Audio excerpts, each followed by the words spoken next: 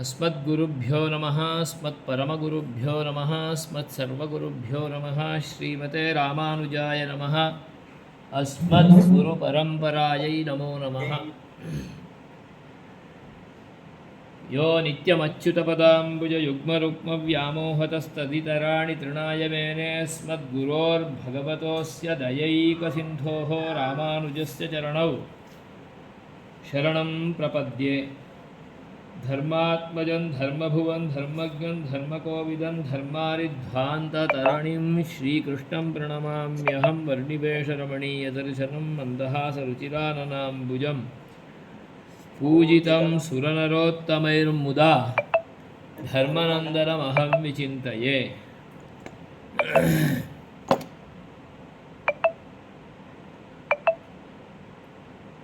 Recording start है।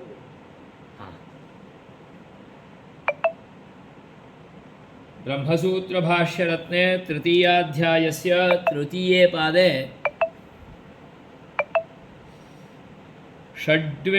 सप्तविंशम् अधिकरणं पूर्वविकल्पाधिकरणं। पूर्वविकल्पः प्रकरणात् स्यात् क्रिया मानसवत् अतिदेशाच्च विद्यैव तु निर्धारणात् दर्शनाच्च श्रुत्यादिबलीयस्त्वाच्च अबाधः अनुबन्धादिभ्यः प्रज्ञान्तरपृथक्त्वदृष्टश्च पृथक्त्वबह्वदृष्टश्च तदुक्तं न सामान्यादप्युपलब्धेर्मृत्युवन्न हि लोकापत्तिः परेण च शब्दस्य ताद्विध्यं भूयस्त्वात्त्वनुबन्धः इति सप्तसूत्रात्मकम् इदं पूर्वविकल्पाधिकरणम्।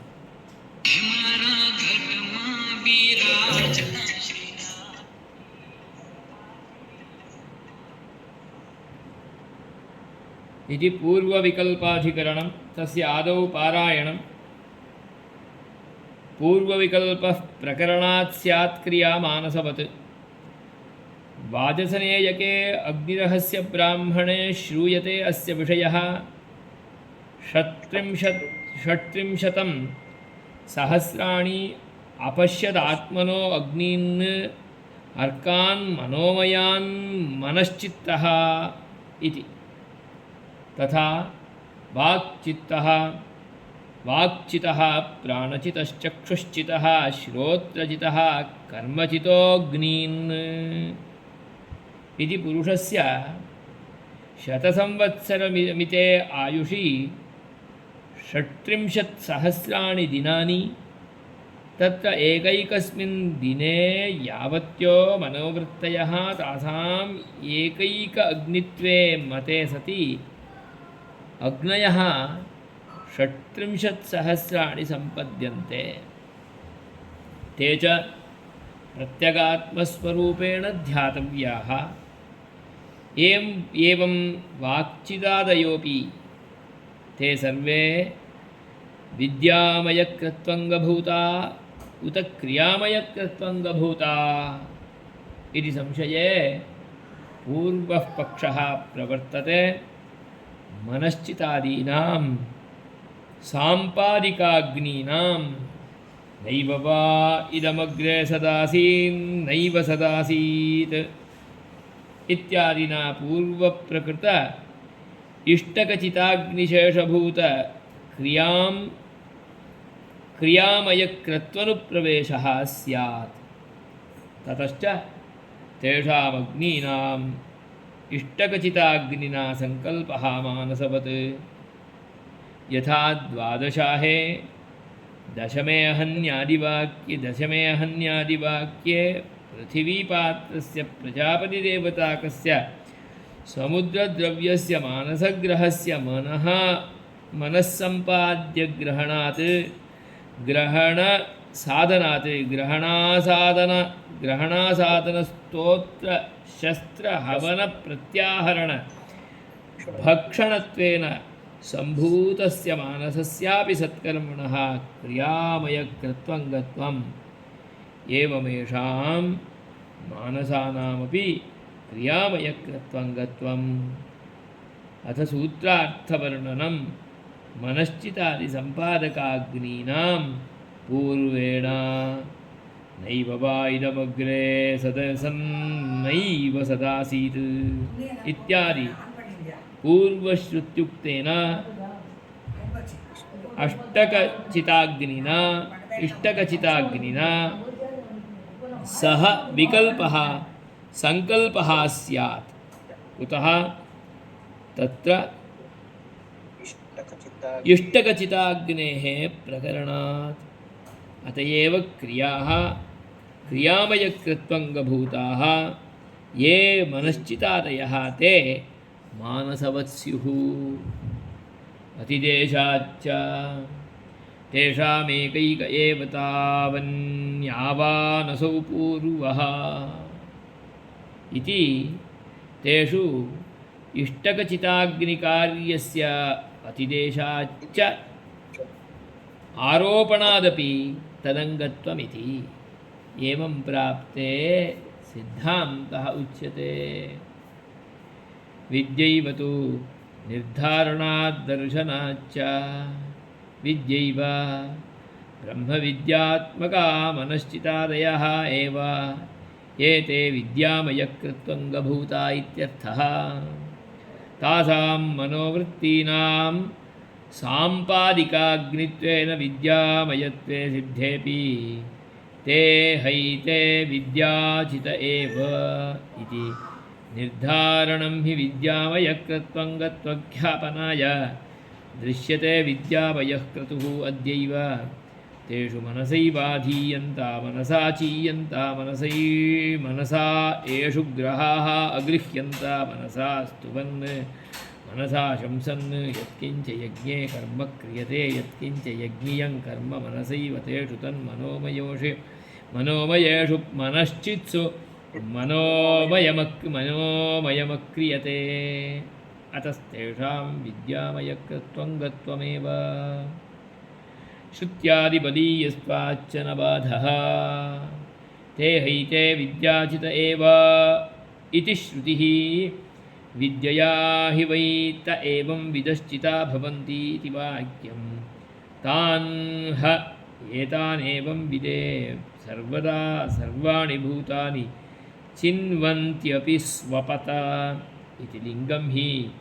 एवं श्रुत्यादित्रिभिरवगतस्य विद्यामयकृत्वन्वयस्य बलीयस्त्वाद् दुर्बलेन क्रियामयक्रतुप्रकरणेन तस्य न बाधः।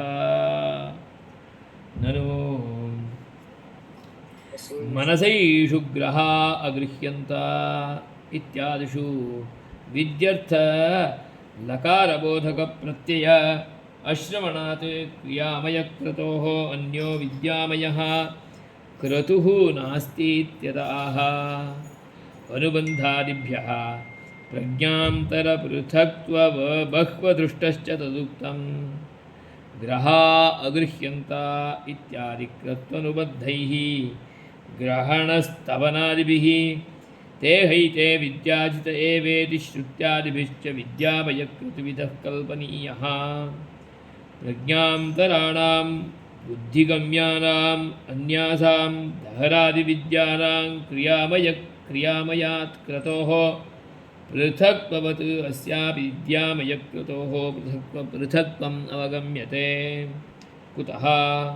अनुबन्धादिभ्यः मनसैवाधीयन्त मनसा चीयन्तेत्यादिश्रुतिभिः मनःप्रभृतिवृत्तिषु कर्माङ्गानाम् अनुबन्धात् सम्पादनात् आदिशब्दग्राह्य तत्प्रतिपादकश्रुत्यादिभ्यश्च दृष्टश्च अनुवादस्वरूपे कल्प्यमानो विधिः यदेव विद्यया करोति इत्यादौ तदुक्तं वचनानि पूर्वत्वादिति। अतः मनश्चितादीनां साम्पादिकाग्नीनां विद्यामयकृत्वङ्गत्वमेव युक्तम् आशङ्क्यपरिहरति। न सामान्यादप्युपलब्धेर्मृत्युवन्न हि लोकापत्तिः तेषामेकैक एव तावान् यावानसौ इत्यत्र इष्टकचिताग्निचित फलसामान्येन मनश्चितादीनामतिदेशात् इष्टकचिताग्नेः स्वक्रतुद्वारेण यत्फलं तदेषां विद्यामयक्रतुप्रवेशेन फलमवगम्यते इति चेत् एतावता न पुनरिष्टकचिताग्नितुल्यदेशत्वमेषां कुतः सामान्यादप्युपलब्धेः केनापि सामान्यगुणेन अतिशयोपलब्धेः तथा हि स एष एव मृत्युर्य एष एतस्मिन् मण्डले पुरुषः इत्यत्र संहृतत्वरूप सामान्यमात्रादतिदेशः न हि तत्र सूर्यमण्डलस्थपुरुषस्य मृत्युवल्लोकापत्तिस्तदेशात् तद्देशप्राप्तिः किन्तु तस्मिन् मृत्युवत् सर्वसंहर्तृत्वमेवातिदिश्यते अतः केनचित् सामान्येनातिदेशे सति न विरोधः हेत्वन्तरमाह परेण च शब्दस्य ताद्विध्यं भूयस्त्वात्वनुबन्धः परेण च अयं वावलोकः एषोऽग्निजितस्तस्यापः परिश्रिता इत्यादि परब्राह्मणवाक्येन अस्य मनश्चिदादिवाचिनः शब्दस्य शब्दवृन्दस्य ताद्विध्यं विद्याया विद्यामयप्रतिपादकत्वमवगम्यते न परवाक्येन पृथक्फला विद्या च एवञ्चेत् तर्हि कथं कर्मप्रकरणे मनश्चितादयः उक्ताः तत्राह क्रियाप्रकरणे मनश्चितादीनामनुबन्धः प्रतिपादनं तु मनश्चिताद्यग्निविद्यायां सम्पादनीयानां कर्माङ्गानां भूयस्त्वात् तत एतेषां विद्यामयकृत्वं श्री अथ अग्रिमम् अधिकरणम्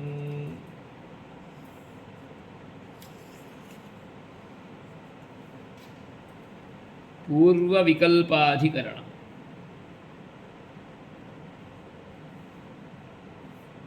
अत्र अस्य अधिकरणस्य विषयः तावत् अग्निरहस्ये दशमे काण्डे ब्राह्मणे उपलभ्यमानं वाक्यम् एवञ्चेत् ब्राह्मणवाक्यम् उपनिषद्वाक्यं नास्ति पूर्वकाण्डोदितं वाक्यं पूर्वकाण्डोदितं वाक्यमपि यत्र यस्मिन् वाक्ये ब्रह्मप्रतिपादनं भवति तत्सर्वमपि विषयवाक्यत्वेन रूपेणैव भवितुमर्हति अत एव सम्पूर्णो वेदः ब्रह्मप्रतिपादकः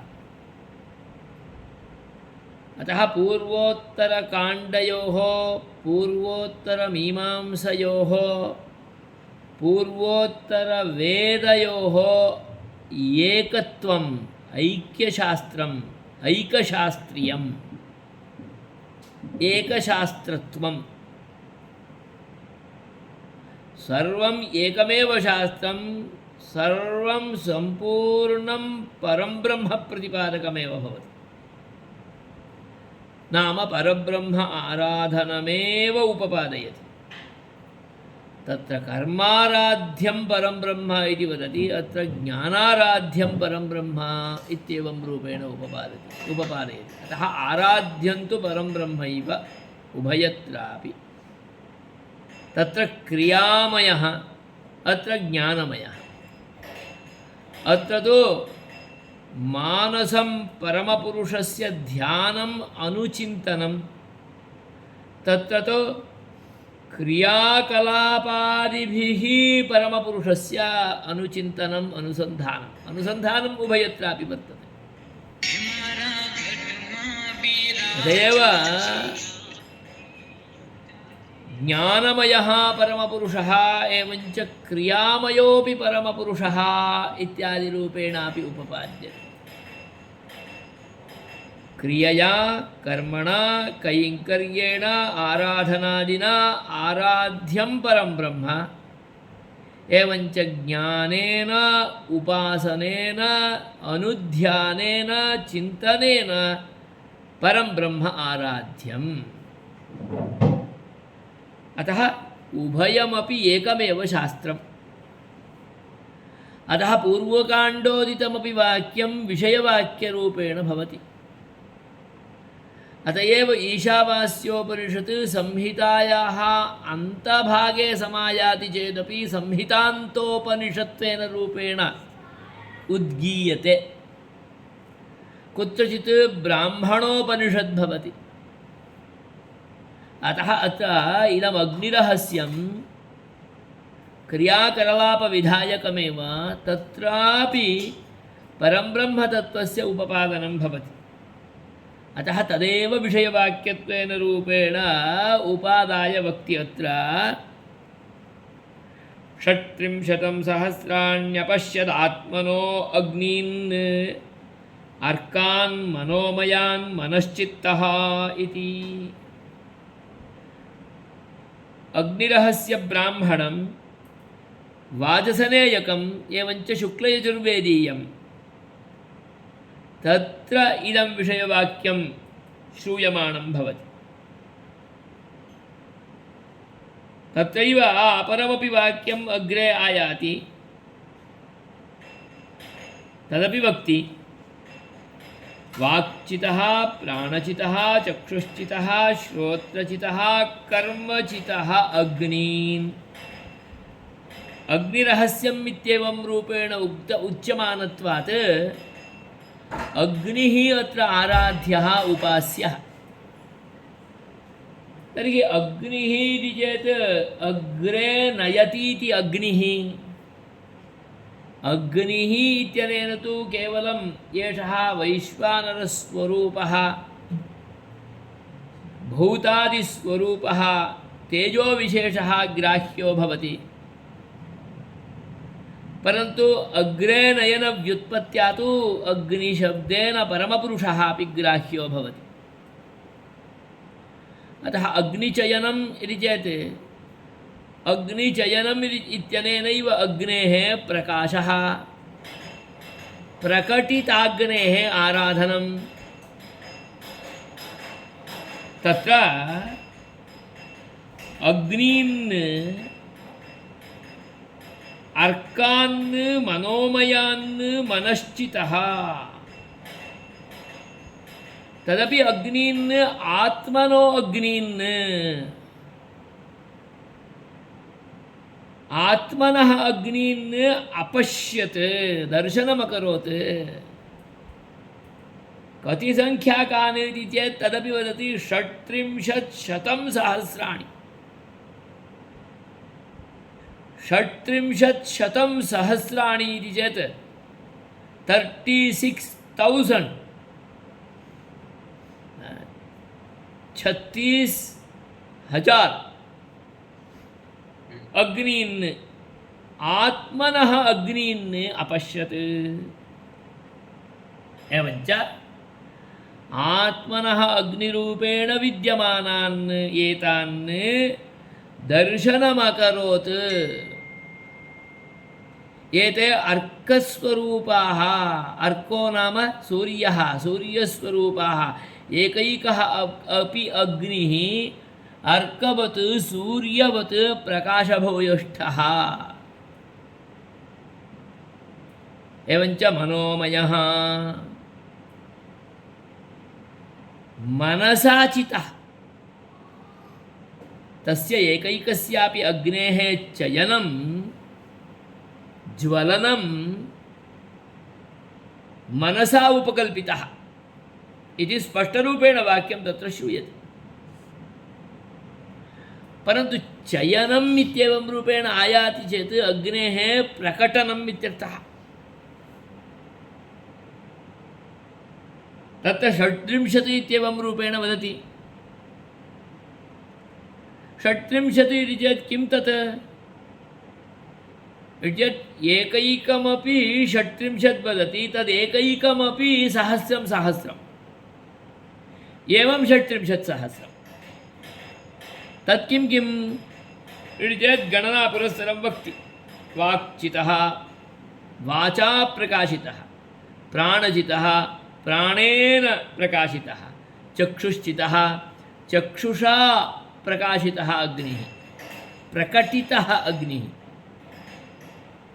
श्रोत्रेण जितः एवञ्च कर्मचितः कर्मणा चितः अग्निः कर्मणा कुत्र चयनं भवति इति चेत् यत्र काष्ठद्वयम् उपादाय अरणिद्वयम् उपादाय मन्थनं कृत्वा प्रकाशः क्रियते तत् अग्निः कर्मचिताग्निः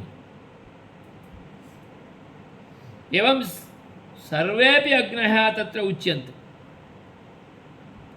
37 संख्याकाः एकैकोपि एकैकसहस्रविधः अतः आहत्य 37,000 इत्येवं रूपेण अग्निः तत्र उपपादितः पुरुषस्य आयुः संवत्सरशतम् एकस्य पुरुषस्य सामान्यः आयुः इति चेत् 100 वत्सराणि अत एव त्वञ्जीव शरदशतम् इत्यादिरूपेण आशीर्भिः अनुग्रहादिकं ज्येष्ठाः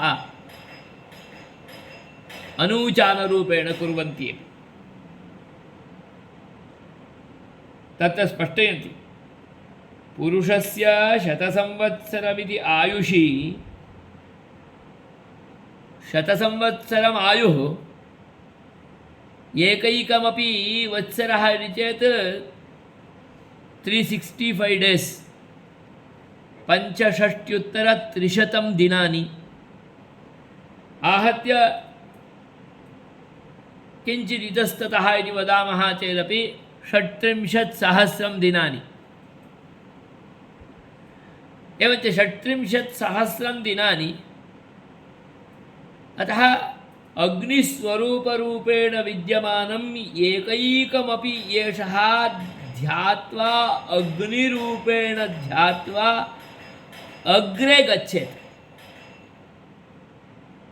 अतः एकैकस्मिन् दिने एकैक अग्नेः उपासनम् अनुसन्धानं चयनम् इति क्रमेण 37,000 इत्युपपादितम् आयुषि 37,000 दिनानि तत्र एकैकस्मिन् दिने यावत्यो मनोवृत्तयः एकैकस्मिन् दिने एकैका मनोवृत्तिः मनसः वृत्तिः तदाधारेण तासाम् एकैक अग्नित्वेन रूपेण मते सति अग्नयः 37,000 सम्पद्यन्ते अतः गणनायाः क्रमः अपि अस्माकम् आयुः कालः यो वर्तते तदाधारेण सङ्गतं कृत्वा अनुसन्धानक्रमः अपि अत्र समुपदर्शितः अतः 37,000 इत्येवं रूपेण सम्पद्यन्ते अग्नयः ते च अग्नयः ध्यातव्याः ध्येयाः 37,000 अग्नयः एकैकस्मिन् दिने एकैकः अग्निः इति ध्येयो भवति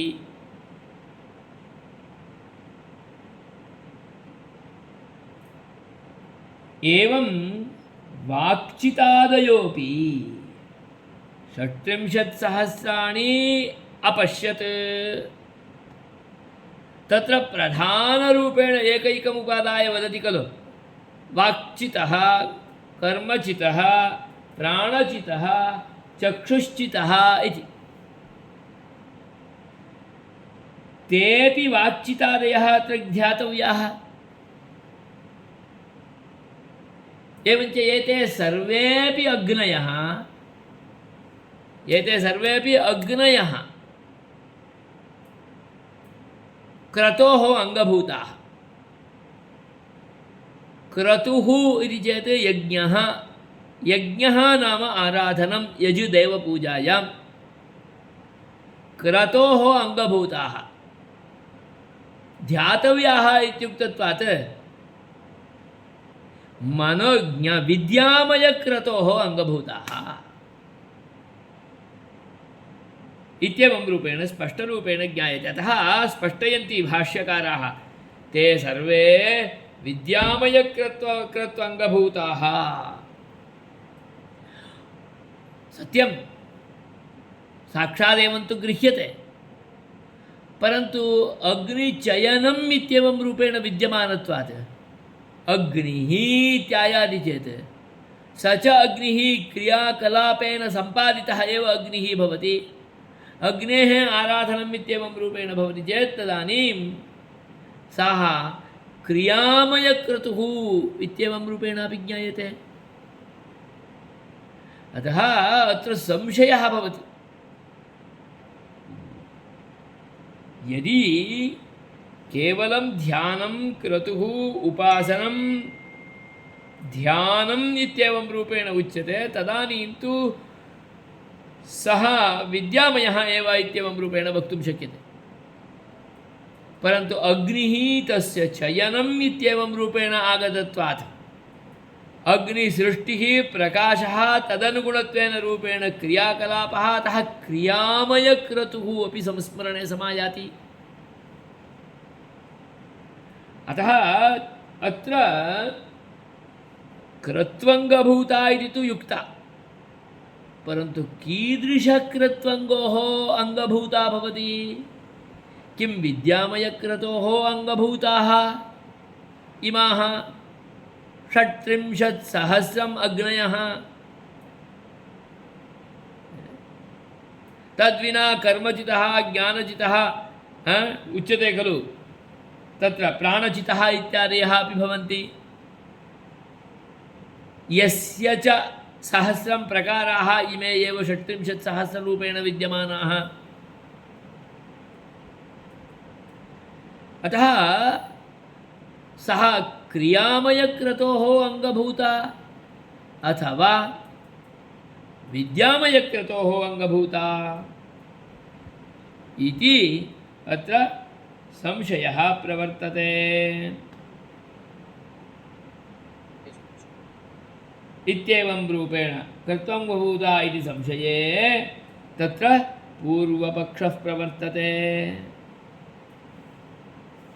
इति पूर्वपक्षे प्राप्ते सिद्धान्तः उच्यते इति द्वितीयसूत्रस्य अन्ते समायाति। एवञ्च प्रथमं द्वितीयञ्च सूत्रम् उभयमपि पूर्वपक्षसूत्रम्। पूर्वविकल्पः प्रकरणात् स्यात् क्रिया मानसवत् अतिदेशाच्च प्रमाणमपि दर्शयति। प्रकरणात् पूर्वविकल्पः एव भवति। पूर्वविकल्पः चेत् पूर्वः वेदस्य पूर्वभागः कः? क्रियामयः एव खलु क्रतुः, अतः पूर्वविकल्पः एव भवति। कथम् इत्यस्य कृते एकं दृष्टान्तं दर्शयति मानसवत् इति। एवम् अतिदेशाच्च इत्येवं रूपेण अपरमपि प्रमाणं दर्शयति। तस्मात् पूर्वम् अपरम् एकं प्रमाणं दर्शयति प्रकरणादिति। श्रुतिलिङ्गवाक्यप्रकरणस्थानसमाख्या इत्येवं रूपेण प्रमाणानि भवन्ति। तत्र प्रकरणप्रमाणस्य आधारेण अयं पूर्वविकल्पः एव भवति, क्रियामयः एव भवति। पूर्वकाण्डोदितविकल्पे एव तिष्ठति। पूर्वकाण्डोदितविकल्पः क्रियामयविकल्पः, अतः क्रियामयक्रतोः एव अङ्गभूताः इमाः के ध्यानरूपेण विद्यमानाः। मानसम् इत्येवं रूपेण विद्यमानत्वात् ध्यानरूपेण विद्यमानाः एव, परन्तु क्रियामयक्रतोः अङ्गरूपेण भवति, ज्ञानमयक्रतोः अङ्गरूपेण न भवति। तत्प्रकरणे एव पठितत्वात् क्रियामयकलापविशिष्ट पूर्वकाण्डे एव पठितत्वात् कथं वदति? ते सर्वे विद्यामयकृत्वङ्गभूता उत क्रियामयकृत्वङ्गभूता इति संशये पूर्वपक्षः प्रवर्तते। किमिति प्रवर्तते? मनश्चितादीनां सांपादिकाग्नीनां, मनश्चितादयः अग्नयः संपादनेन प्राप्याः अग्नयः, संपादकाग्नयः, सांपादिकं संपादनेन प्राप्यं सांपादिकं। कियान् प्रयोगे अपि वैशिष्ट्यं, संपाद्यम् इत्यर्थः, नाम अग्निम् उत्पाद्य प्राप्यमाणम् इत्यर्थः। उत्पाद्य प्राप्त अग्नौ आराधनं भवति, तदानीं तत्र अङ्गरूपेण एतद्ध्यानं विधीयते। अतः क्रियामयक्रतोः एव अङ्गभूता, ज्ञानमयक्रतोः अङ्गभूता इति न भवति इति प्रबलः पूर्वपक्षः। नैव वा इदमग्रे सदासीन् नैव सदासीत् इत्यादिना पूर्वप्रकृत इष्टकचिताग्निशेषभूतक्रियामयकृत्वनुप्रवेशः स्यात्। नैव वा इदमग्रे आसीत्, इदमग्रे सदासीत् नैव सदासीत्, स्पष्टं वाक्यम्। इदं पूर्वं न आसीत्, सच्छब्दवाच्यरूपेणापि नासीत्, तर्हि पूर्वविकल्पे पूर्वं तद् आसीदेव न इति चेत् तस्य अङ्गरूपेण एतत् कथं भवति? वाक्यं तु स्पष्टम्। इष्टकचिताग्निशेषभूतक्रियायां क्रियामयक्रत्व अनुप्रवेशः स्यात्। ततश्च तेषामग्नीनाम् इष्टकचिताग्निना संकल्पः मानसवत्। यदि क्रियामयकृतोः पूर्वस्मिन्नेव तस्य प्रवेशः इति भवति, तर्हि ताः अपि अग्नयः मानसरूपेणैव कल्पनीयाः इत्येवं रूपेण भवति।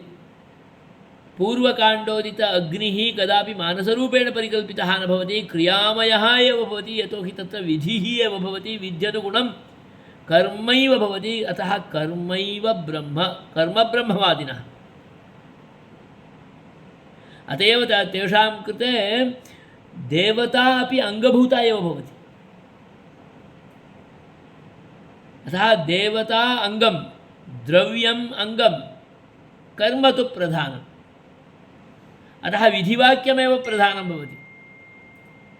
तत्रापि क्रियावाचकशब्दः अपि न प्रधानं।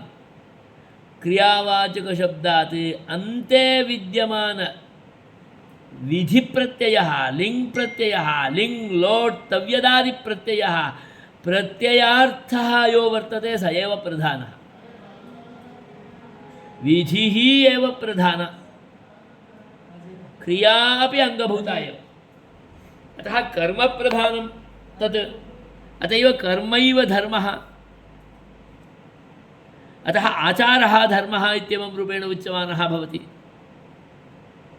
अतः आचारेण जायमानः धर्मः इति न, आचारः एव धर्मः।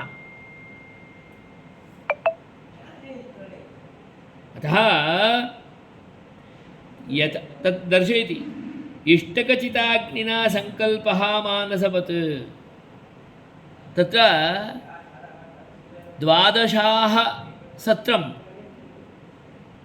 12 दिनावधि क्रियमाणं सत्रात्मकं यागविशेषरूपेण विद्यमानं तत् 12 दशमे अहन्यादिवाक्ये पृथिवीपात्रस्य, प्रजापतिदेवताकस्य, समुद्रद्रव्यस्य, मानसग्रहस्य, मनस्सम्पाद्य ग्रहण आसादन स्तोत्र शस्त्र हवन प्रत्याहरण भक्षणत्वेन सम्भूतस्य मानसस्यापि सत्कर्मणः क्रियामयकृत्वङ्गत्वम्।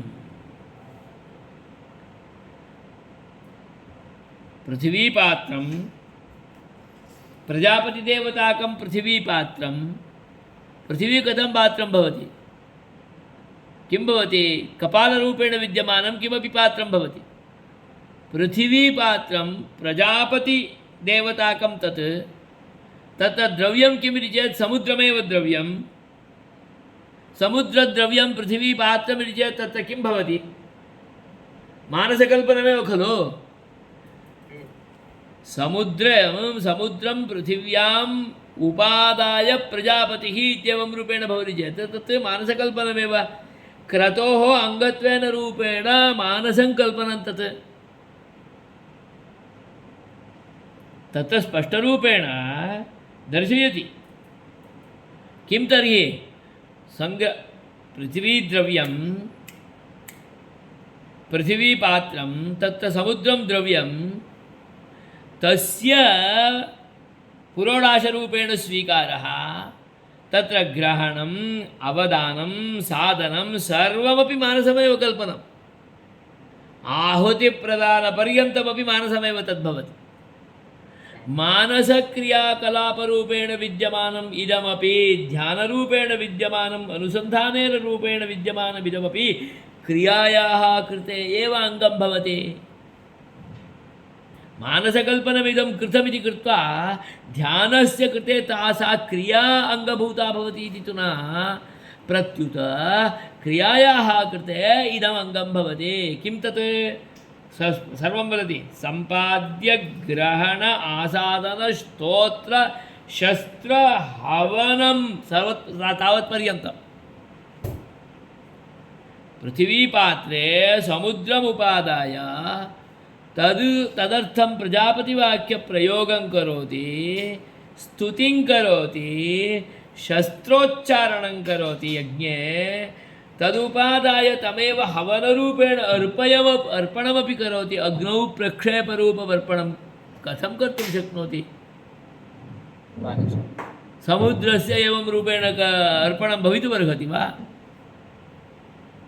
तत् किं इति चेत् मानसमेव कल्पनं खलु मानसमेव तत् विद्यामयमेव तत् ज्ञानमयमेव तत् अनुसन्धानरूपमेव तत् तदनुसन्धानरूपम् इदं यद्वर्तते तत् क्रियाकलापरूपेण विद्यमानकर्मणः अङ्गमेव खलु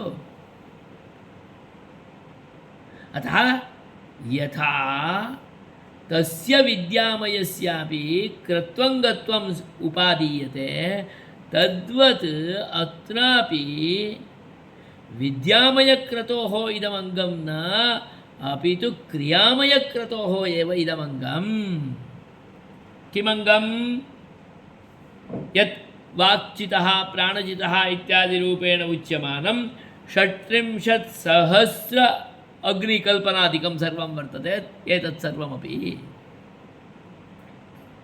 अतः क्रियामयक्रतोः एव अङ्गं भवति इत्याकारकः यः पूर्वविकल्पः वर्तते पूर्वकाण्डोदितः क्रमः यो वर्तते तदाधारेणैव विकल्पः भवति मानसस्यापि तत्कर्मणः स्पष्टयन्ति प्रत्याहरणभक्षणत्वेन होमं हवनमपि करोति हवनानन्तरम् अग्नि शेषमपि स्वीकरोति प्रत्याहरणं तदेव यदि पुरोडाशरूपेण अभूत् पुरोडाशः यज्ञप्रसादः यज्ञप्रसादरूपेण भक्षणमपि भवेत् भक्षणमपि मानसमेव तदानीम् एतत् सर्वमपि क्रतोः अङ्गमेव खलु अतः भक्षणत्वेन सम्भूतस्य मानसस्यापि सत्कर्मणः क्रियामयक्रत्वङ्गत्वं इदं कर्म मानसमेव कर्म मानसस्यापि एतस्य कर्मणः क्रियामयक्रतोः एव अङ्गत्वरूपेण उपादीयते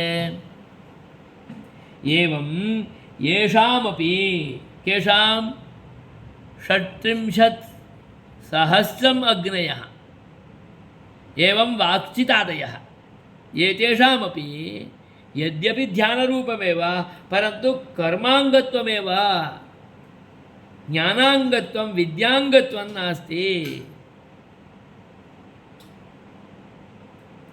एवमेषां मानसानामपि क्रियामयकृत्वङ्गत्वं सूत्रं यदस्ति तस्यापि अर्थम् उपवर्णयन्ति अथ सूत्रार्थवर्णनं मनश्चितादि सांपादिकाग्नीनां मनश्चितः इत्यादि रूपेण ये अग्नयः संपादिताः तासाम् अग्नीनां मनसा संपादितानाम् अतः मनश्चितादि सांपादिकानाम् इत्युक्तम्।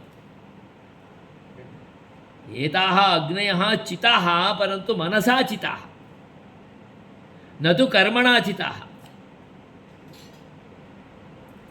एतां सांपादिकानाम् अग्नीनां पूर्वेण विकल्पः पूर्वकाण्डेन विकल्पः नैव वा इदमग्रे सन्नैव सदासीत् इत्यादि पूर्वश्रुत्युक्तेन इष्टकचिताग्निना सह इष्टकचिताग्निना सह विकल्पः संकल्पः। इष्टकचिताग्निः इष्टेन चिता अग्निः इच्छया कुतः तत्र इष्टकचिताग्नेः एव प्रकरणं तु तदेव अतः पूर्वेणैव विकल्पः। प्रकरणे उक्तं तत्प्रकरणे एव खलु अङ्गभूतं भवति। अत एव क्रियाः क्रियामयकृत्वङ्गभूताः ये मनश्चितादयः ते मानसवत् स्युः। अतः क्रियामयकृत्वङ्गभूताः इमे मनश्चितादयः कथं भवति चेत् मानसवदेव भवन्ति परन्तु क्रियामयकृत्वङ्गरूपेणैव भवति विद्यामयकृत्वङ्गरूपेण न भवति। अतः मानसवत् मनश्चितादयः ते अग्नयः क्रियामयकृत्वङ्गभूताः भवन्ति इत्यर्थः।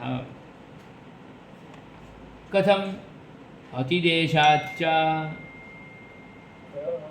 अत्र अतिदेशमपि एकं दर्शयति। तेषामेकैक एव तावान् यावान् असौ पूर्वः इति इष्टकचिताग्निकार्यस्य अतिदेशाच्च आरोपणादपि तदङ्गत्वमिति। तेषाम् एकैक एव तावान् यावान् असौ पूर्वः तेषाम् एकैकः अग्निः अपि तावान् भवति यावान् पूर्वः। नाम अग्रे अग्रे यः अग्निः आयाति सः अग्निः पूर्ववदेव भवति। पूर्ववदेव भवति इति चेत् पश्यतु यावान् असौ तावानेव पूर्वः। तो क्रमेण याः अग्नयः आयान्ति ते क्रमेण अल्पभूताः अपि न भवन्ति समानाः भवन्ति। नाम समानं चिन्तनं सर्वत्रापि यावान् असौ तावान् यावत् एकैकः अपि तावान् यावान् असौ पूर्वः।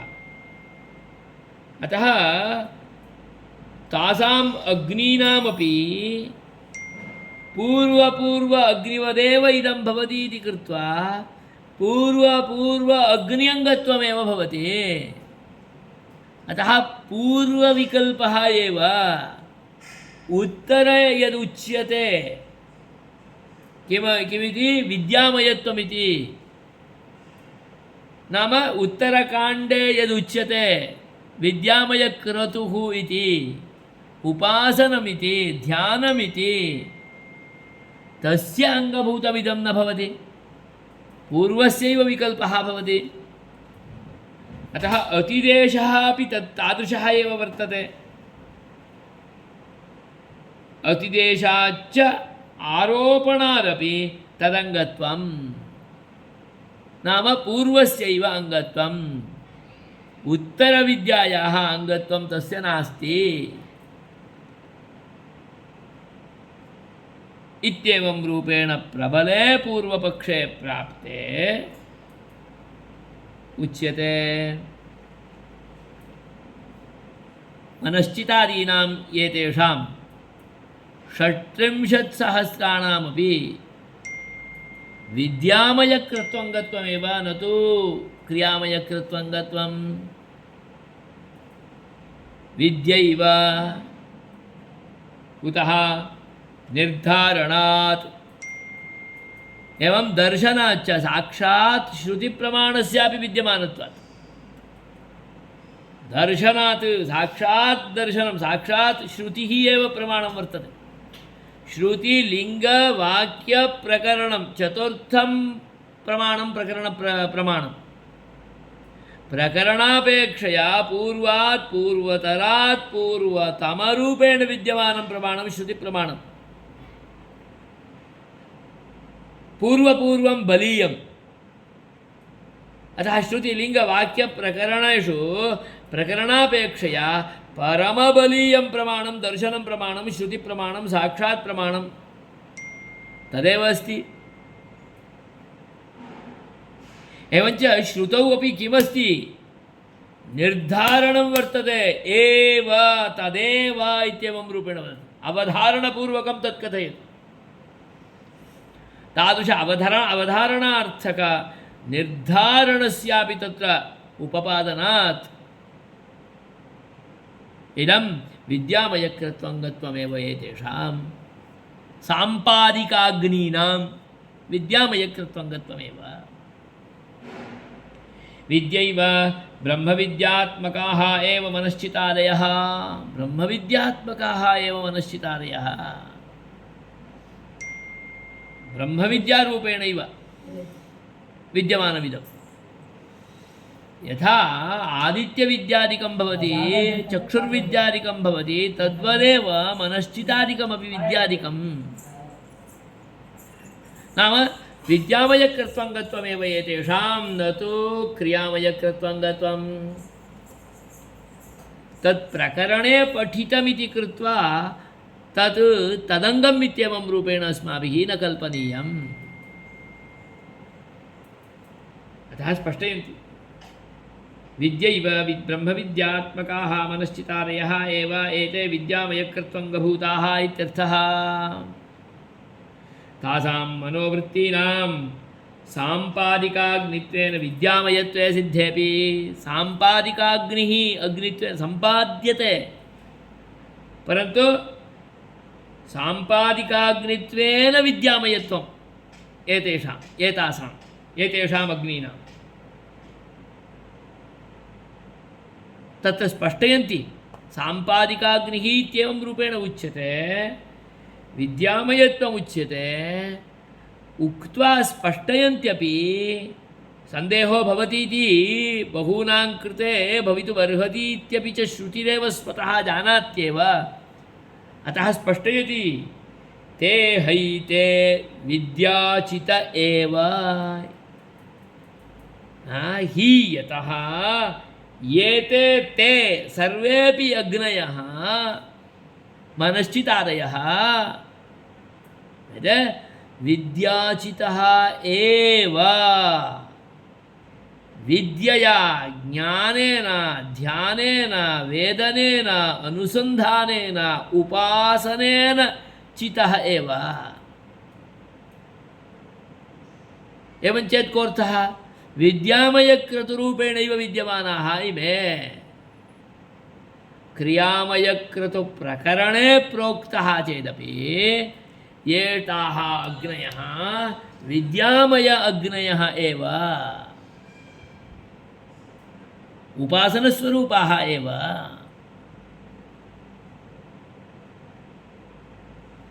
इति निर्धारणं हि विद्यामयक्रत्वङ्गत्वख्यापनाय।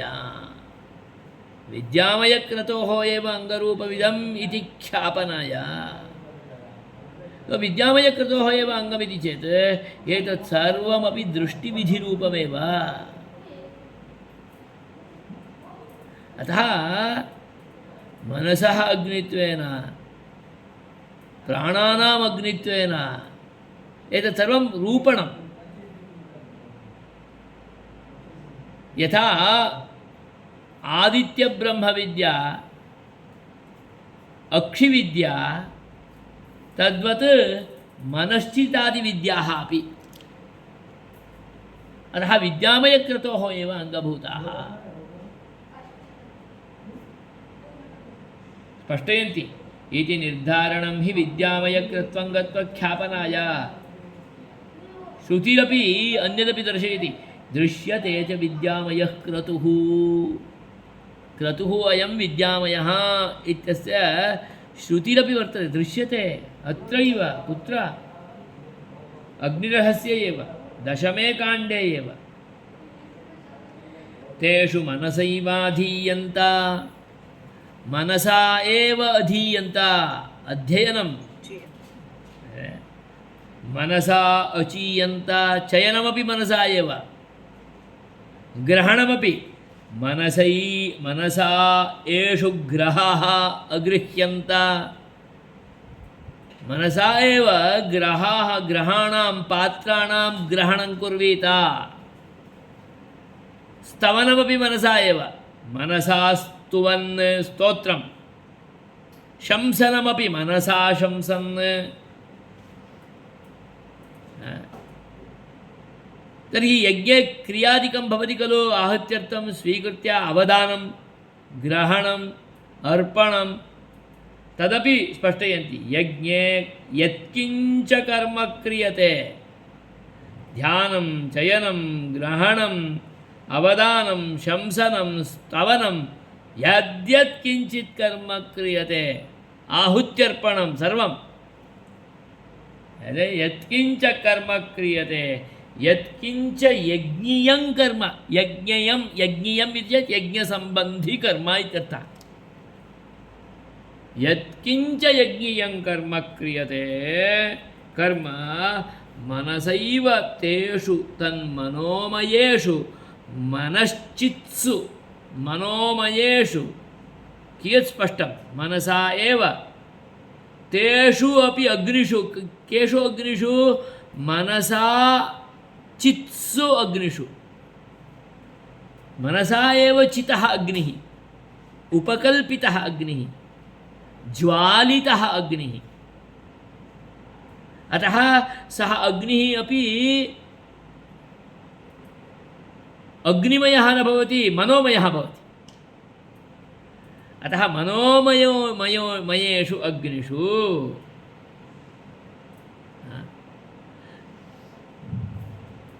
मनोमयमेव क्रियते मनोमयमक्रियते मनोमयमक्रियते अक्रियता इति अतः तेषां विद्यामयकृत्वं गत्वमेव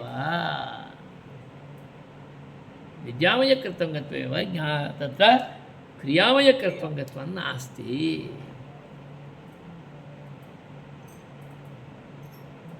इतोपि स्पष्टयति यदुक्तं तदेव श्रुतिः बलीयं श्रुतिरेव प्रमाणमभूत् प्रकरणापेक्षया श्रुतेः बलीयस्तं श्रुत्यादिबलीयस्त्वाच्च न बाधः श्रुतिरपि अस्ति लिङ्गमपि अस्ति वाक्यमपि वर्तते श्रुति लिङ्गं वाक्यं त्रयमपि अस्ति चेत् प्रकरणम् इत्येवं रूपेण विद्यमानं तु सर्वथा दुर्बलं भवति अतः विद्यामयकृत्वं गत्वमेव ते हैते विद्याचित एव इति श्रुतिः पूर्वोक्तमेव पुनः वदति ते हैते विद्याचित एव विद्यया हैवैते एवं विदश्चिता भवन्ति एवं विदः अग्नयः विद्यया एव हि चिता भवन्ति ज्ञानेन एव चिन्तनेन एव अनुसन्धानेन एव चिताः भवन्ति मनसा उपकल्पिताः सृष्टाः भवन्ति इत्यर्थः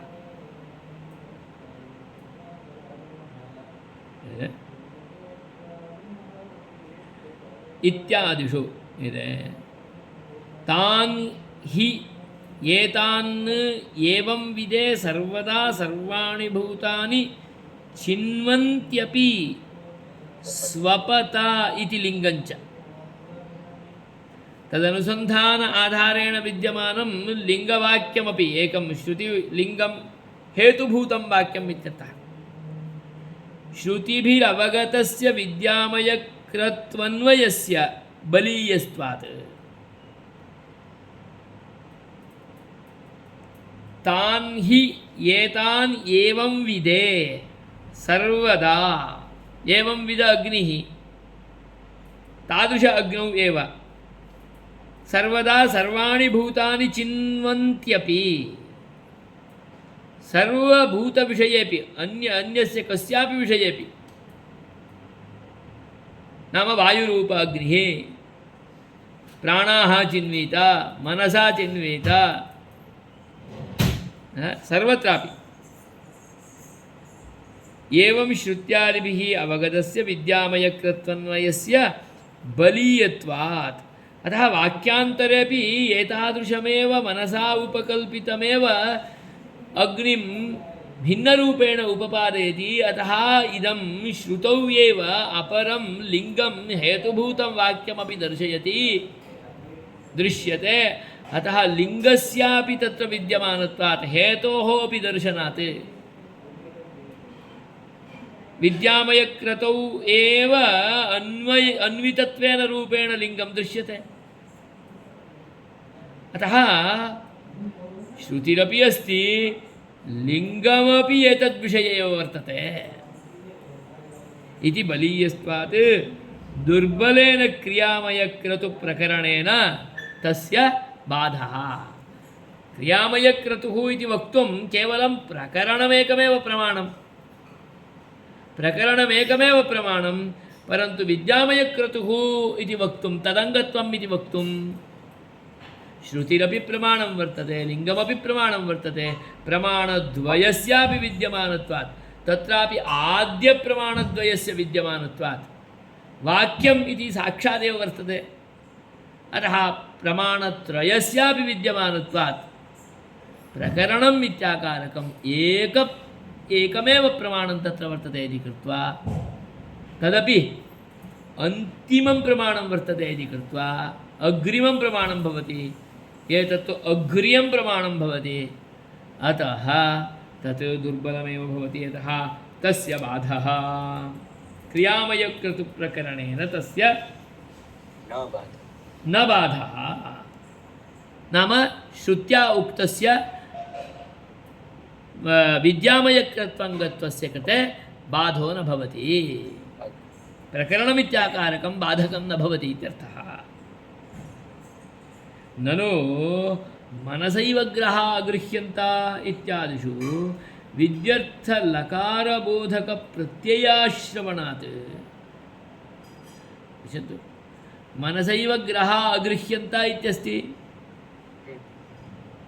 तत्र अगृह्यन्त ग्रहणम् अकुर्वन् इत्यर्थः परन्तु विद्यर्थप्रकारकलकारः नास्ति लिङ्ग किं विद्यर्थप्रकारक लङ्लकारः अथवा लोट्लकारः अथवा ल्यबादिप्रत्ययः सः कोऽपि नास्ति अत्र लिङ् लोट् तव्यदादिप्रत्ययाः लिङ् लोट् तव्ययादिप्रत्ययानाम् अभावात् तादृशप्रत्यय अश्रवणात् क्रियामयक्रतोः अन्यो विद्यामयः क्रतुः नास्ति इत्यत आह अतः अत्र एवं रूपेण अविद्यमानत्वात् मनसा ग्रहा गृह्यत इत्याकारकं विद्यामयक्रतुमेव वदति इति स्पष्टयितुं न शक्यते खलु विधानं विद्यामयक्रतोः एव तदानीमेव खलु तस्य कृते अङ्गं भवति अगृह्यन्त इति लङ्लकारप्रयोगः वर्तते यत् अगृह्यन्त इति अत्र लिङ् लोट् तव्यदादीनां प्रयोगः नास्ति अतः तत् कथं तत्र विद्यामयक्रतुः एव उच्यते तत्कृते अङ्गरूपेणैव एतद् उच्यमानं भवति इति वक्तुं शक्यते इति मध्ये अवान्तरप्रश्नः पूर्वपक्षिणां तत्कृते वदति इत्यत आह अनुबन्धादिभ्यः प्रज्ञान्तरपृथक्त्वदृष्टश्च तदुक्तम् ग्रहा अगृह्यन्त इत्यादि कृत्वनुबद्धैः ग्रहणस्तवनादिभिः पश्यन्तु ग्रहा अगृह्यन्त तत्र ग्रहः नाम पात्रं पृथिवीग्रहः इत्येवं रूपेण पूर्वमपि प्रोक्तं यज्ञस्य कृते अङ्गरूपेण इमानि कार्याणि भवन्ति पात्रग्रहणं तत्र पूरणं द्रव्यस्य तस्य अवदानं स्वीकारः एवञ्च स्तुतिः शंसनम् इत्यादिकं कृत्वा अर्पणम् आहुतिः यद् तत्र ग्रहणस्तवनादिकं भवति ग्रहा अगृह्यन्त वाक्यं तु तदेव अस्ति खलु मनसा येषु ग्रहा अगृह्यन्त इत्यस्ति कृत्वनुबद्धैः ग्रहणस्तवनादिभिः ते हैते विद्याचित एव इत्यादि श्रुत्यादिभिश्च विद्यामयक्रतुविधिः कल्पनीयः तत्र विधिः नास्ति परन्तु विधिः कल्पनीयो भवति कथं कल्प्यते इति चेत् श्रुतिप्रमाणस्य बलेनैव कल्प्यते श्रुतिः किं वक्ति ते हैते विद्याचित एव इत्येवं रूपेण अवधारणपूर्वकं स्पष्टम् उपपादयति एवञ्च मनसा अगृह्यन्त इति मनसा इति तु येषु इत्यस्त्येव अतः अत्र मनसा अगृह्यन्त इति वाक्यं वर्तते चेदपि मनसा ग्रहणं कुर्वीत इत्येव अर्थः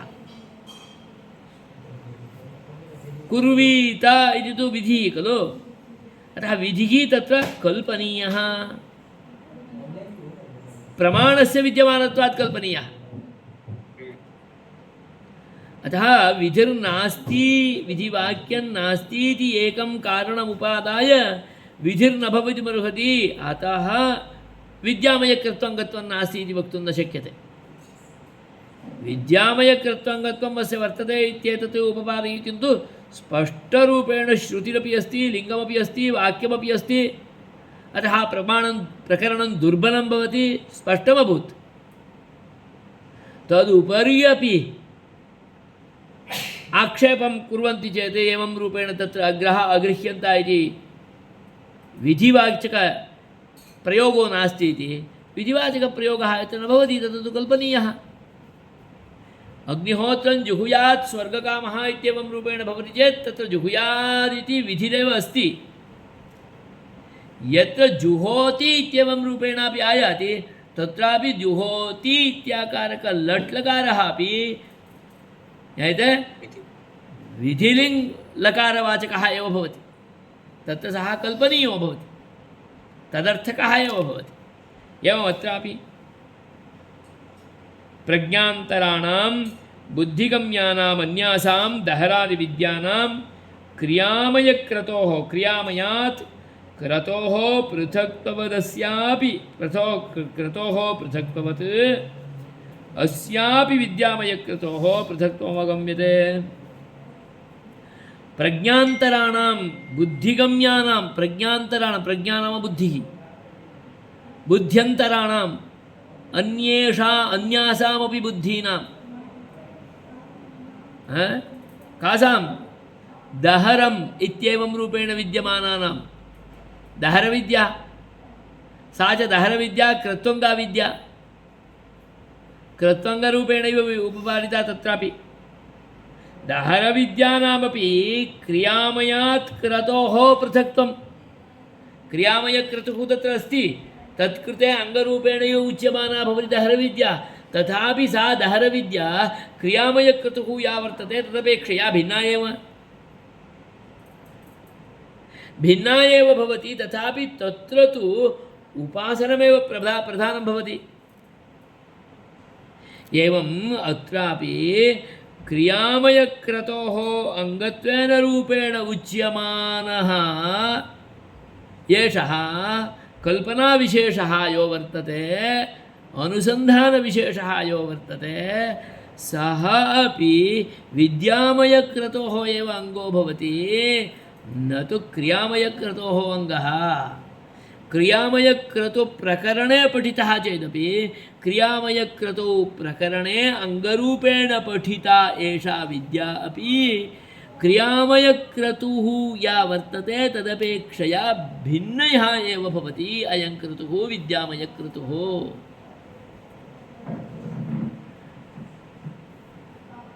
यथा धारविद्या पृथक् तथा एषा अपि विद्या पृथक्। पृथक्त्वं विद्यामयक्रतोः यथा अवगम्यते तद्वत् अस्यापि। कुतः? अनुबन्धादिभ्यः। कथं ज्ञायते इत्येतत् तस्य अनुबन्धादिकं पश्यन्तु। किम् उक्तं? मनसैव अधीयन्त, मनसा चीयन्ते, स्पष्टरूपेण वदति सर्वत्रापि। तस्य अध्ययनमपि मनसा, चयनमपि मनसा, ग्रहणमपि मनसा, अवदानमपि मनसा, हवनमपि मनसा इत्यादिभिः मनःप्रवृत्तिवृत्तिषु कर्माङ्गानाम् अनुबन्धात् कर्माङ्गानाम् अनुबन्धात् सम्पादनात् आदिशब्दग्राह्यात् तत्प्रतिपादकश्रुत्यादिभ्यश्च दृष्टश्च अनुवादस्वरूपे कल्प्यमानो विधिः। अतः विधिः एतदाधारेण कर्मणः अनुबन्धो अस्ति सर्वत्रापि। अतः तत्र विधिः अत्र यद्यपि नास्ति तथापि कल्पनीयो भवति। किञ्च स्पष्टं वाक्यं क्रतौ अपि विद्या एव प्रधाना भवति। क्रतौ यज्ञादिष्वपि क्रियायामपि। अतएव स्पष्टयन्ति यदेव विद्यया करोति तदेव वीर्यवत्तरं भवति। केवलं करोति चेत् तेन हानिर्नास्ति, ज्ञात्वा करोति चेत् तद् वीर्यवत्तरं प्रबलं भवति। बाल्ये वयसि वयं पूजादिकं कुर्मः, परन्तु तदानीम् अज्ञानेनैव कुर्मः। जो बोला है करना है, नहीं करेंगे तो नाश्ता नहीं मिलेगा, इसलिए करना है। दूध पीने नहीं देंगे, पानी पीने नहीं देंगे, तो इसलिए तो पहले उठ के तुरंत पूजा करना है, संध्या करना है, मंदिर जाना है, પછી જ મળશે। परंतु मंदम मंदम तदीयं स्वरूपं स्पष्टरूपेण जानाति चेत् अनन्तरं चुपके चुपके खाके नहीं करेंगे, चुपके चुपके पी के भी नहीं करेंगे दुग्धादिकं छायपानादिकं, कृत्वैव पिबन्ति, तदानीं क्लेशो न भवति। ये विद्यया करोति, यावत्पर्यन्तं ज्ञानं नास्ति तावत्पर्यन्तं तत् सर्वं बल्बुज् बलहीनम् इत्यर्थः। अनन्तरं तु बलवत्तरं भवति। अतः कर्मणि अपि विद्यायाः ज्ञानस्यैव माहात्म्यं प्रधानम्। एवञ्चेत् विद्यामयक्रतोः क्रतुः क्रियामयक्रतोः एव इदम् अङ्गं भवति इत्येवं रूपेण उच्यते चेत् कथं शक्यते? अतः स्पष्टयन्ति यदेव विद्यया करोति इत्यादौ तदुक्तं वचनानि। अतः तत् पूर्वत्वादिति न पूर्वविकल्पः एव इति। अतः मनश्चिदादीनां साम्पादिकाग्नीनां मनश्चिदादि अग्नयः, साः अग्नयः अपि साम्पादिकाग्नयः एव, परन्तु विद्यामयकृत्वङ्गत्वमेव अग्नीनां क्रियामयकृत्वङ्गत्वं नास्ति। पुनरपि आशङ्क्य परिहरति।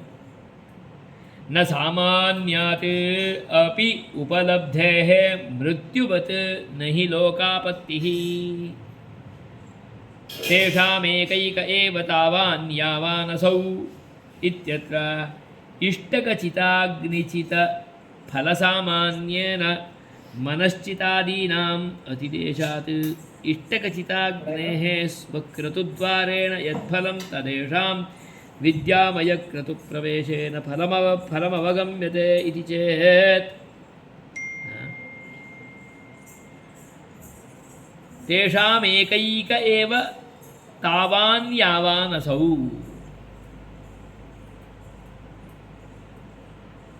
पश्यतु, तेषाम् एकैक एव यावान् तावान् असौ। एकैकः अपि अग्निः तावानेव भवति यावान् असौ। नाम इदानीं यः अनुसन्धीयमानः अग्निः अस्ति तत्कृते यावत् फलं वर्तते तावदेव फलम् अग्रिमस्यापि अस्ति। ततोप्यग्रेः अपि पूर्वस्य यत् फलं तावदेव अस्ति। फलेपि तत्र तावान् भेदः नास्ति। अतः इष्टकचिताग्निः स्वस्य इच्छया इष्टेन चितः अग्निः तस्य फलमपि समानम्। मनश्चितादीनाम् अतिदेशात् अतिदेश इष्टकचिताग्नेः स्वक्रतुद्वारेण यत्फलं तदेषां विद्यामयक्रतुप्रवेशेन फलम् अवगम्यते। फलमपि समानमेव। अतः विद्यामय तत्क्रतुः यद्वर्तते क्रियामयक्रतुः तत्कृते यत् फलं तावत् फलम् एतस्य कृते अपि अस्ति। अंगक्रतुः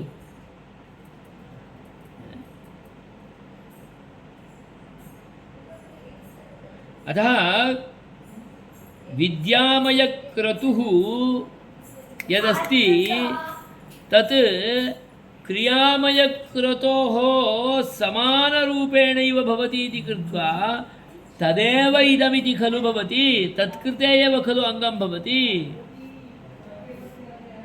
यदि एवं स्यात् अस्य फलं ततोपि अधिकम् इत्येवं रूपेण स्यात्।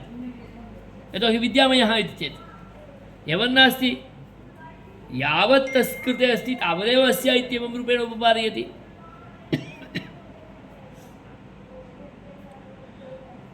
फलम् अवगम्यते इति चेत् एतावता न पुनरिष्टकचिताग्नितुल्यदेशत्वमेषाम्।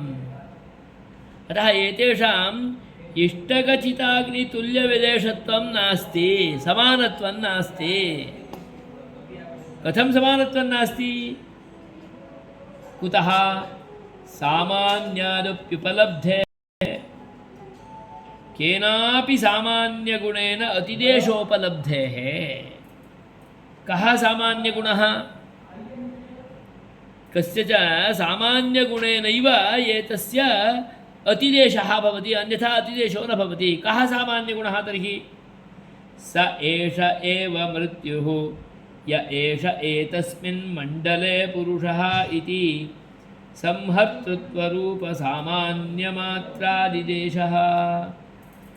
न हि तत्र सूर्यमण्डलस्थपुरुषस्य मृत्युवल्लोकापत्तिः तद्देशप्राप्तिः, किन्तु तस्मिन् मृत्युवत् सर्वसंहर्तृत्वमेव अतिदिश्यते। अतः केनचित् सामान्येन अतिदेशे सति न विरोधः।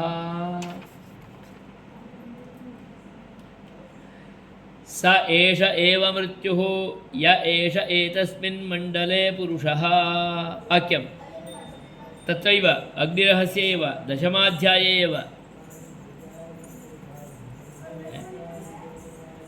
कस्यचन अतिदेशः अधिकः आदेशः तत्कृते उपलभ्यते। कस्य कृते? यः अत्र मनश्चिताग्निरूपेण विद्यते तत्कृते उपलभ्यते। अतः क्रियामयक्रतुः यद्वर्तते तत्समानमेव एतत् इति नास्ति। तदपेक्षया अतिदिष्टमिदम् अधिकांशेन उपपादितं। किम् अधिकांशेन उपपादितं? तदेव अत्र वदति, एषः पुरुषः एतस्मिन् मण्डले यो वर्तते स एव मृत्युः। मृत्युवल्लोकापत्तिदेश लोकापत्तिः तद्देशप्राप्तिः।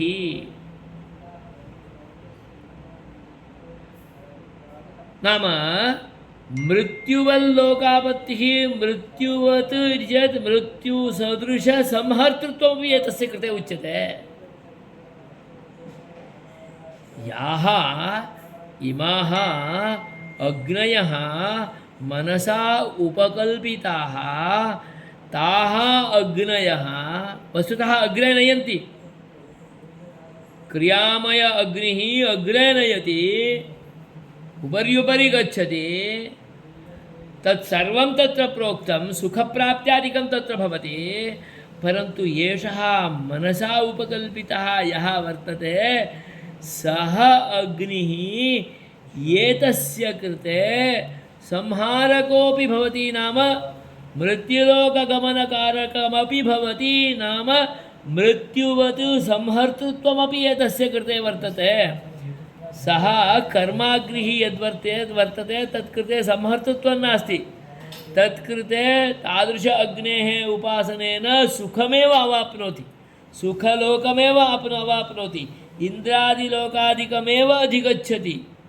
परन्तु एतस्य स्वीकारेण संहर्तृत्वमपि एतस्मिन् वर्तते इत्येवं रूपेण अनुसन्धानं भवति।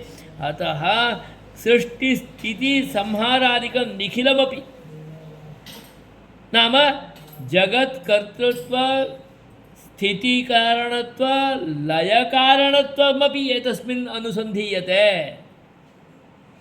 कर्मचिताग्नौ तन्न भवति। कर्मचिताग्निः केवलं सुखकारकमेव।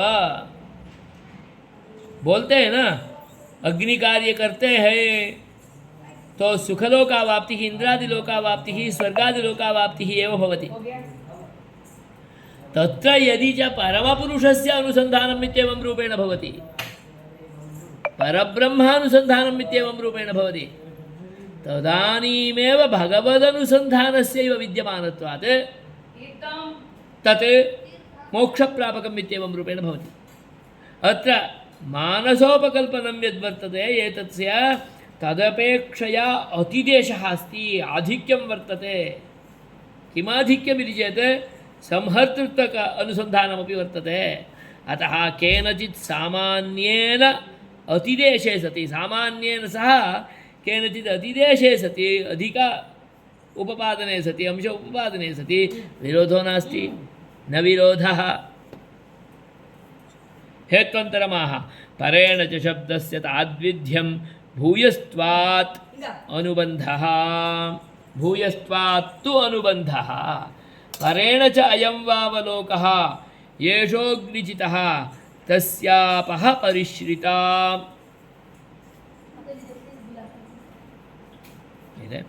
इत्यादि परब्राह्मणवाक्येन, परेण वाक्येन, अग्रिमेण अन्येन वाक्येन, ब्राह्मणवाक्येन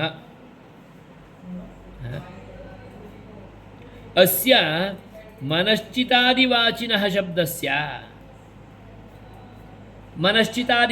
वाची किमस्ति? मनश्चितः, वाक्चितः, प्राणचितः इत्यादि ही अग्निः।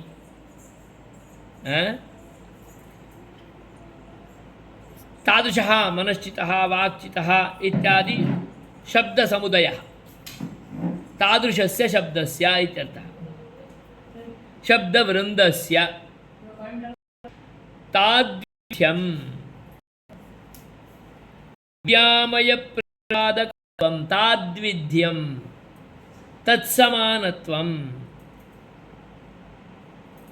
विधता तद्विधायाः भावः ताद्विध्यं, तद्विधता तत्समानता तत्प्रकारता, तदेव उक्तं तद्विधत्वमेव तद्विध्यं।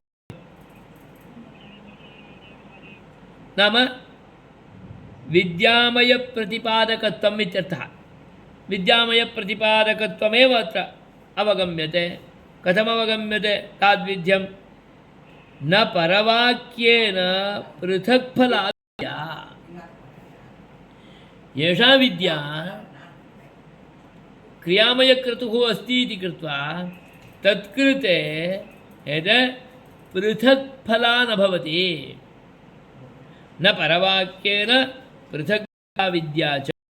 एवं चेत् तर्हि कथं कर्मप्रकरणे मनश्चितादयः उक्ताः तत्राह क्रियामयप्रकरणे मनश्चितादीनाम् अनुबन्धः प्रतिपादनन्तु मनश्चिताग्निविद्यायां सम्पादनीयानां कर्माङ्गानां भूयस्त्वात्। परवाक्येण पृथक्फला विद्या च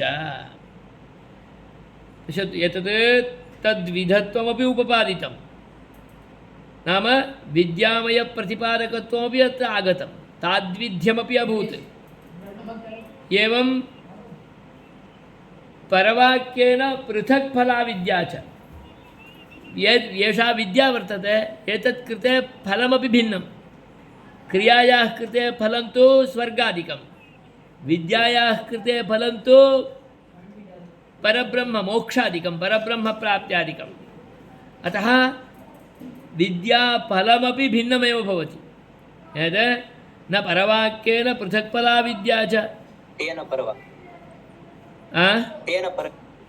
परवाक्येन अच्छा तेन इत्यस्ति खलु, पृथक् अवगम्यते तेन इत्यस्ति, समीचीनं। परवाक्येन पृथक्फला विद्या च तेन परवाक्येन पृथक्फला भिन्ना विद्या च। तर्हि कथं कर्मप्रकरणे मनश्चितादयः उक्ताः? अस्तु, परन्तु मनश्चितादयः अत्र उक्तं खलु, तर्हि तत्रैव वक्तव्यमासीत्। अत्र किमर्थम् उक्तम् इति कदाचित् भवेत्। तत्र उक्तं चेत् एतादृशस्य कृते सन्देहस्य कृतेपि अवसरो न भवति खलु, न भवेत् खलु। चेत् तद्वति न, क्रियाप्रकरणे मनश्चितादीनाम् अनुबन्धः, मनश्चितादीनां तत्र प्रतिपादनं नास्ति, एतस्य कृते अनुसृत्य उपपादनं कृतं। कुतः? क्रियाकलापः अस्ति, चयनमस्ति, तच्चयनमित्याकारकं मानसं चयनं भवेत्। मानसं चयनं चेत् मानसं ज्वलनं, मानसं यतोहि प्रकाशः इत्याकारकः सर्वथा चयन आधारेण भवति। चयनमिति चेत् ज्वलनम् इत्यर्थः। चीयते, दाहनम् आरभा तत्प्रयत्नेन उत्पाद्यते। नाम मनसा यावत्पर्यन्तं तत्र अनुसन्धानार्थं प्रयत्नविशेषः न भवति, तावत्पर्यन्तं तत्र तादृशः प्रकाशः ज्वलितः न भवति। तादृशः प्रकाशः ज्वलितः भवेत् चेत् ज्वलनस्य कृते आद्यं कारणं चयनं तत्तु भवेदेव खलु। अतः तत् प्रकरणे एतदुच्यते। अतः स्पष्टयन्ति प्रतिपादनं तु मनश्चिताग्निविद्यायां सम्पादनीयानां कर्माङ्गानां भूयस्त्वात्। यतोहि एतादृशम् अग्निं रूपेण विद्यमानम् एतत् साम्पादकीयम् इति पूर्वमेव उक्तं। साम्पादकीयत्वमस्ति खलु, सम्पादनं कर्तव्यं। सम्पादनं कर्तव्यमिति चेत् सम्पादनार्थं कश्चन प्रयत्नविशेषः अपेक्षितः। अग्निसम्पादनमिति चेत् अग्नेः चयनं क्रियते चेदेव सम्पादनं भवति। विनैव चयनम् अग्निः सम्पादिता इति वक्तुमेव न शक्यते। सम्पादितः अग्निः परिरक्षणीयः अपि, तदानीमेव प्रत्यहम् अग्निहोत्रादिकमपि अनुसन्धातुम् अनुष्ठानादिकं कर्तुमपि अर्हति। यदि सम्पादितः अग्निः कदाचित् निर्गतः तदानीं पुनश्चयनादिकं कर्तव्यं। तदर्थं प्रायश्चित्तादिकम् अनुष्ठाय अनुसन्धानादिकं कृत्वा पुनः तस्य प्रकाशनादिकं प्रकटनादिकं कर्तव्यम्। अतः तच्चयनम् अत्यन्तं प्रधानं खलु। तदर्थम् एतस्मिन् प्रकरणे अस्य परिपठनं कृतं। नाम एतादृश मनोविचिन्तभावादिकमपि चयनवत् सम्पाद्यं भवति। तस्य सम्पादने विद्यमानप्राधान्यं यद्वर्तते, नाम साम्पादकीयत्वं यद्वर्तते, तत् अत्र प्रधानरूपेण अस्मत्कृते अनुसन्धाने भवेत् इति दृष्ट्या एव एतस्मिन् प्रकरणे एतत् पठितम्, अन्यथा एतस्मिन् प्रकरणे पठनस्यापि आवश्यकता नास्ति। नाम कोऽर्थः अग्निचयनवत्, भौतिक अग्निचयनवत् मनश्चितादीनाम् अग्नीनामपि चयनम् उपकल्पनम् इति तस्य प्राधान्यं दर्शयितुम् एतदुपपादितम्।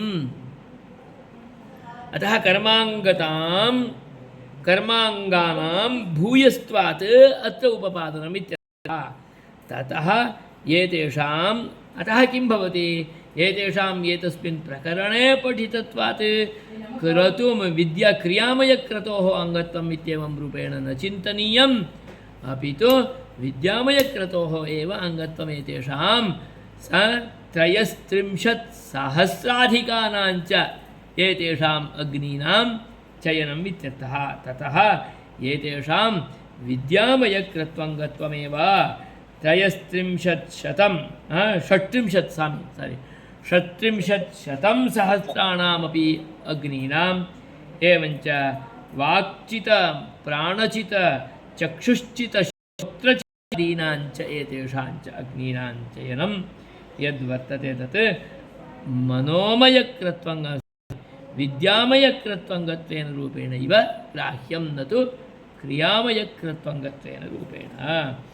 पूर्वविकल्पः प्रकरणात् स्यात् क्रियामानसवत् अतिदेशाच्च विद्यैव तु निर्धारणात् दर्शनाच्च श्रुत्यादिपदीयस्त्वाच्च न बाधः अनुबन्धादिभ्यः प्रज्ञान्तरपृथक्त्वदृष्टश्च पृथक्त्वश्च तदुक्तम् न सामान्यादप्युपलब्धेर्मृत्युवन्न हि लोकापत्तिः परेण च शब्दस्य ताद्विध्यं भूयस्त्वात्त्वनुबन्धः इति सप्तसूत्रात्मकम् इदं पूर्वविकल्पाधिकरणं सम्पूर्णम्। अग्रे शरीरे भावाधिकरणं तदग्रिमे वर्गे आलोकयामः। यदि मध्ये त्यजामः तर्हि पुनः वर्तने क्लेशो भवति अथवा अवगमने क्लेशो भवति इति कृत्वा किञ्चित् अधिकः कालः स्वीकृतः। जय श्री स्वामिनारायण। जय श्री स्वामिनारायण।